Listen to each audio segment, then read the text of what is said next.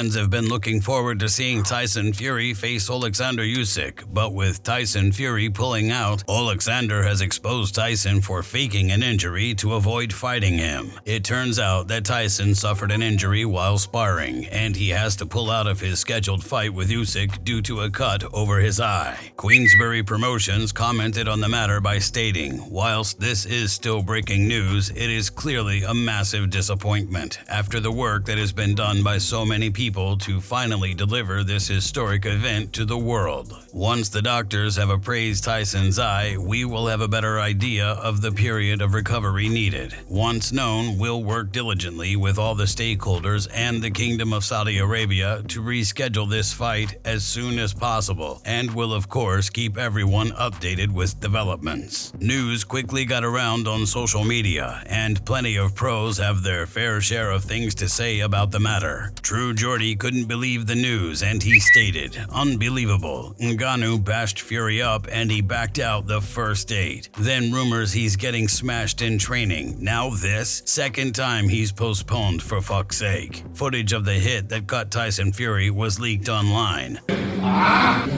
Good shit, good.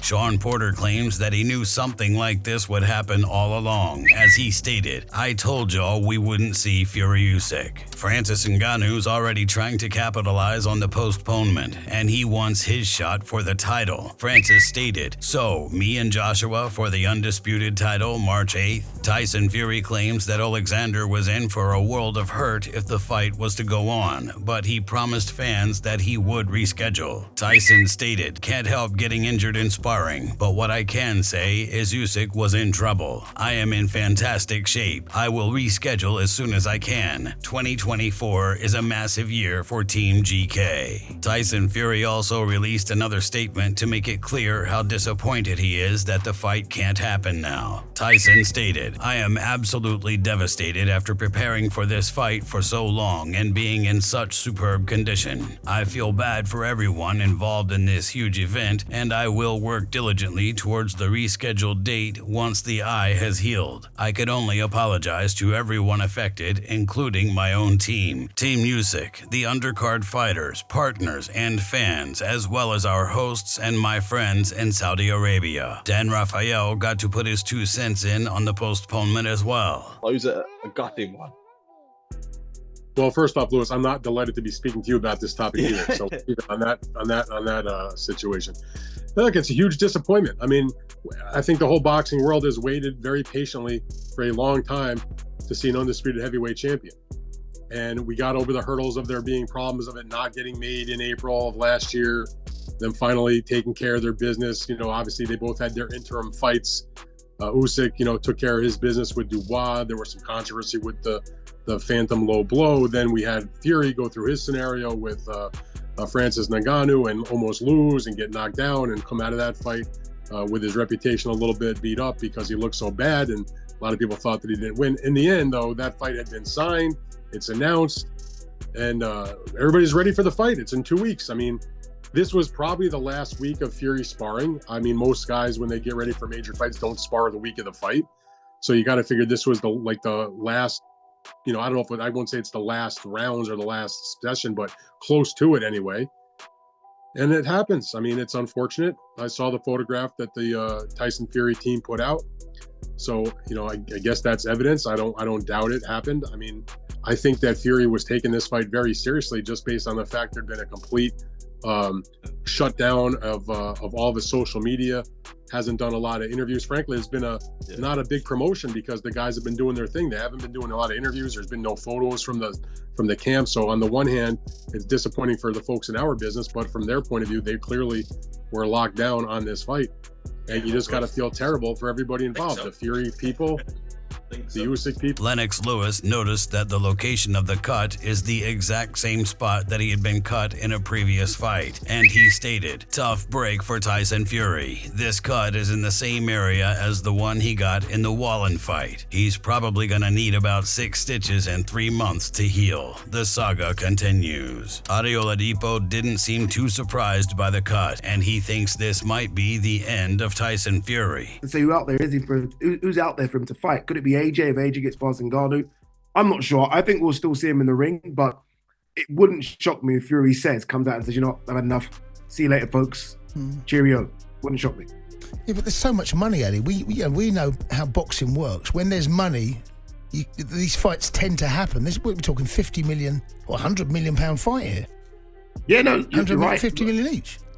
Yeah, you're right. There is so much money on the table, more than they've ever seen, and that will always be the draw. But I mean, for Tyson Fury, the Wolves aren't at his door. He's okay financially. Yep. He's made a lot of money recently in boxing. Not just the recent Ngannou fights, but the Wilder fights before that, Chisora fight, Dillian White fight, which sold out stadiums in the UK. So he's okay financially. He's got a family, he's got loads of kids. He's achieved whatever he wanted to achieve. He's won every single belt. Not at the same time, but he's won every single belt you can win in boxing. So there weren't that many boxes to tick. This was the last one. And if you can't tick this one because of what's happened, what's the want to stay? Like, Eddie Hearn understands how disappointing this is to everyone involved, but he simply sees it being moved back a few months. Las Vegas, Eddie, I've been on your case all morning. I think I've WhatsApped you, Instagram message. Obviously, that news breaks, and you lot are just like, where are you? Where are you? Like even if it's a Zoom now, it's like, mate, I do have a life. I mean, firstly, it's not even my show. 2, like, just relax. We got the weigh-in. You'll see me in an hour and a half. Just out of interest, like, what were you doing this morning? Because normally you read messages straight away. We found out we had Joe Caldina on the card, Jai Opatara on the card, and